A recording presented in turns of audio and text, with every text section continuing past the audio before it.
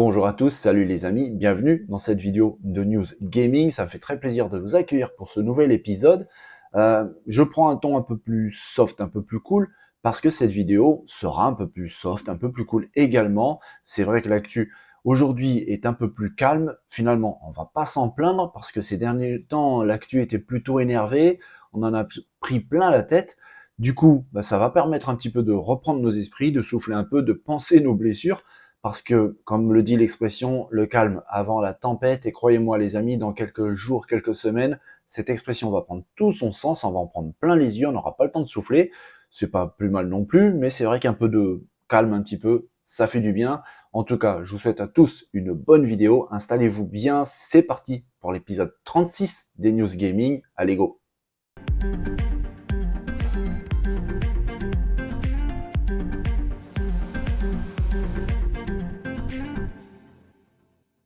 Si vous êtes fan d'Harry Potter et si vous êtes fan de ce jeu vraiment réussi qui est Hogwarts Legacy, vous avez probablement été déçu de ne pas voir de tournoi de Quidditch. Et non, il n'y a pas de tournoi de ce jeu majeur de Poudlard dans ce jeu Hogwarts Legacy. C'est bien dommage, mais Warner Bros. Games est en train de réparer ce petit manquement, cette petite erreur, car en fait, l'éditeur vient tout simplement d'annoncer Quidditch Champion. Oui, un jeu de Quidditch officiel sur Harry Potter, un jeu multijoueur de sport compétitif. Il arrive bientôt sur PC et console. Alors, il n'y a pas vraiment beaucoup de précision encore sur le jeu. On ne sait pas sur quelle machine spécifiquement il va tourner. On sait que c'est sur PC et console. Est-ce que ça sera du cross-gen ou exclusivement pour les nouvelles générations? Ça, on ne sait pas. On n'a pas non plus de date spécifique. On n'a pas de fenêtre même de présentation, d'officialisation du jeu, encore moins de date précise.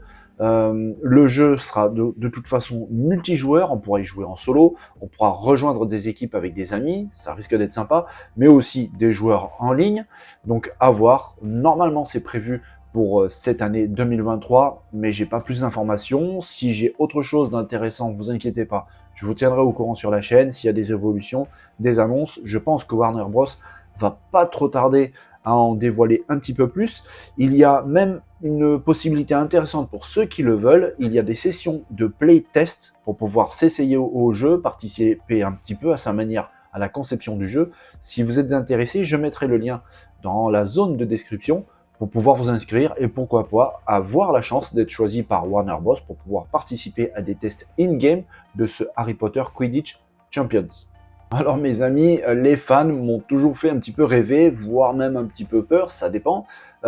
Certains sont capables d'imaginer tout et n'importe quoi, ils font preuve d'une imagination absolument débordante, sont capables d'imaginer des théories, des suppositions, toutes plus folles les unes que les autres. Ça peut aller vraiment loin, trop loin peut-être. Vous savez que le 12 mai prochain, Zelda Tears of the Kingdom arrive, on l'attend de pied ferme. On commence à comprendre certaines choses dans les mécaniques du jeu, dans l'histoire du jeu, comme par exemple que la princesse Zelda, apparemment, serait plus ou moins présente, plus ou moins absente, disparue. Il y aurait une théorie comme quoi le royaume d'Hyrule aurait une double temporalité, avec deux mondes plus ou moins parallèles, et donc la princesse Zelda, apparemment, serait coincée dans l'un de ces deux mondes. Ça promet au niveau scénario quelque chose de grandiose. Eh bien, la nouvelle folie de certains fans, c'est tout simplement d'essayer de repérer, de retrouver la trace de la princesse Zelda dans Zelda Tears of the Kingdom, alors que le jeu n'est toujours pas sorti. Certains vont vraiment loin. On peut voir ici carrément des dessins, des croquis, faits par certains fans, qui auraient, par triangulation, attention, les mots que j'emploie, c'est carrément de la triangulation, repéré approximativement l'emplacement de la princesse Zelda. On la voit ici avec cette croix cerclée en violet qui montre plus ou moins la position de la princesse Zelda dans ce monde d'Hyrule, du jeu Zelda Tears of the Kingdom. Ça paraît fou, vraiment, que le jeu n'est toujours pas sorti. Alors on imagine, l'attente incroyable que provoque le jeu, provoque ce genre de choses. Certains fans se jettent déjà sur les maps, analysent les bandes annonces, les comparent avec celles de Breath of the Wild, et on arrive carrément même à des choses encore plus folles, où on voit un fan qui a tout simplement superposé certaines images de Tears of the Kingdom avec Breath of the Wild, il les a parfaitement superposés, pour pouvoir en tirer une théorie, comme quoi la princesse Zelda se trouverait dans le grand plateau, juste derrière le temple, au niveau du lac de Hylia. Pour les fans, ça rappellerait des souvenirs de Breath of the Wild. Mais là, apparemment, on voit les images superposées, Breath of the Wild, Tears of the Kingdom. Ben voilà, les fans arrivent à tirer ce genre de conclusion juste en superposant des images, en faisant une pseudo-triangulation. Cette imagination m'épate réellement, vraiment. Ça montre un petit peu, de toute manière, l'attente hallucinante qu'il y a autour de ce jeu. Le 12 mai prochain approche à grands pas, ça va être une dinguerie, tout le monde va se jeter dessus, on va voir débarquer sur les réseaux sociaux, notamment Twitter en particulier, des images toutes plus folles les unes que les autres, surtout que maintenant, vous l'avez vu dans les bandes annonces diffusées par Nintendo, ces nouvelles capacités de Link pour pouvoir amalgamer les objets, faire des véhicules, des bateaux, ça va être dingue, ça va vraiment être dingue, il va y avoir des vidéos qui vont popper partout avec des véhicules de dingue. Je n'ose même pas imaginer déjà ce que les fans vont pouvoir être capables de faire. Là, le jeu n'est pas sorti, on commence déjà à avoir de la triangulation pour retrouver la princesse Zelda. Bref, c'était une news plutôt sympathique, plutôt drôle. Ça fait pas du mal pour les temps qui courent et ça montre vraiment l'attente que suscite ce titre qui sera, à n'en pas douter, je pense, le jeu de l'année. Ça sera Zelda Tears of the Kingdom, j'en suis sûr et certain. Alors oui les amis, je vous avais dit dès le début de la vidéo, d'ailleurs même dès l'intro, que ça allait être une vidéo news plutôt calme, tranquille, gentille, smooth, qu'on allait récupérer des forces et de l'énergie, le calme avant la tempête, patati patata. Et ben en fait, non, pas du tout, je me suis totalement trompé. Je sais pas ce qui s'est passé par la tête de Nintendo, ils ont tout simplement dévoilé un nouveau Nintendo Direct. Et vous savez quand? Eh ben dès aujourd'hui, mercredi, 18h heure précise, sur la chaîne YouTube de Nintendo, vous aurez un Nintendo Direct, ou plutôt un Indie World. C'est une conférence, un show très axé vraiment sur les éditeurs indépendants, sur les jeux indépendants, les jeux dits indies.